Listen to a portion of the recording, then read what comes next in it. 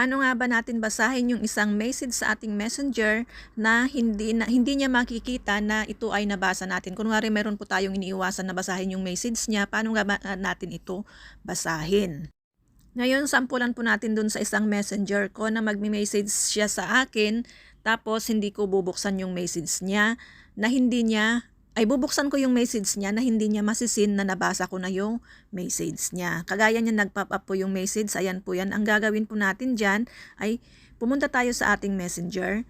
Tapos ayan siya guys, nakita niyo yung message niya dyan, ilong press po natin yan.